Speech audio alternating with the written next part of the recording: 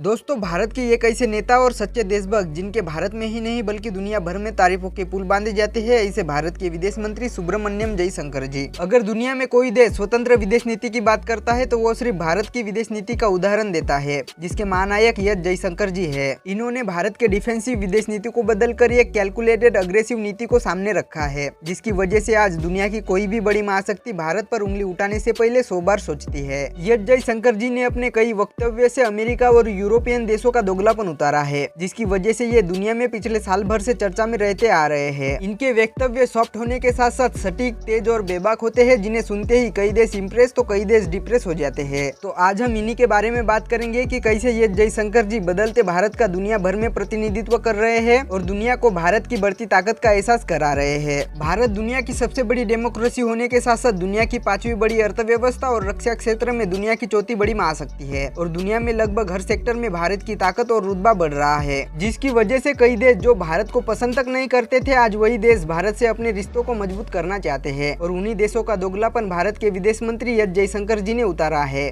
क्योंकि इन्हें शुरू से ही लगता था कि वेस्टर्न कंट्रीज भारत के लोकतंत्र, विदेश नीति और दुनिया में भारत की पोजीशन को नीचा दिखाते आ रहे हैं और इसी वजह से ये आज ग्लोबल स्टेज पर भारत की पोजीशन और भारत की पावर दिखाने से कभी नहीं चूकते हैं। अमेरिका को लगता था कि जो वो कहता है दुनिया उसे मान लेती है, जिसकी वजह से वो किसी देश को लेक्चर देने से कभी नहीं चूकता था और ऐसा ही एक लेक्चर अमेरिका ने भारत को कश्मीर इशू को लेकर ह्यूमन राइट वायलेशन पर देने की कोशिश की, जिस पर एस जयशंकर जी ने अमेरिका को याद दिलाया कि ह्यूमन राइट्स अमेरिका का ही कंसर्न नहीं है, बल्कि सबसे बड़ा लोकतंत्र होने के नाते हम भी अमेरिका में हो रहे ह्यूमन राइट वायलेशन का रिकॉर्ड रखते हैं। वहीं रशिया से इंडिया के ऑयल परचेस पर भी सवाल उठाए गए थे, तब उन्होंने इंडिया के बजाय यूरोप से उनके ऑयल परचेस पर सवाल उठाने को कहा, जो आधे दिन में ही उतना ऑयल खरीदता है जितना भारत पूरे महीने में नहीं खरीद पाता। इसी तरह कई मुद्दों पर वेस्ट को उन्होंने आईना दिखाया है, जिसकी वजह से एस जयशंकर जी की भारत के लोग ही नहीं बल्कि विदेशों में भी तारीफ करते नहीं थकते।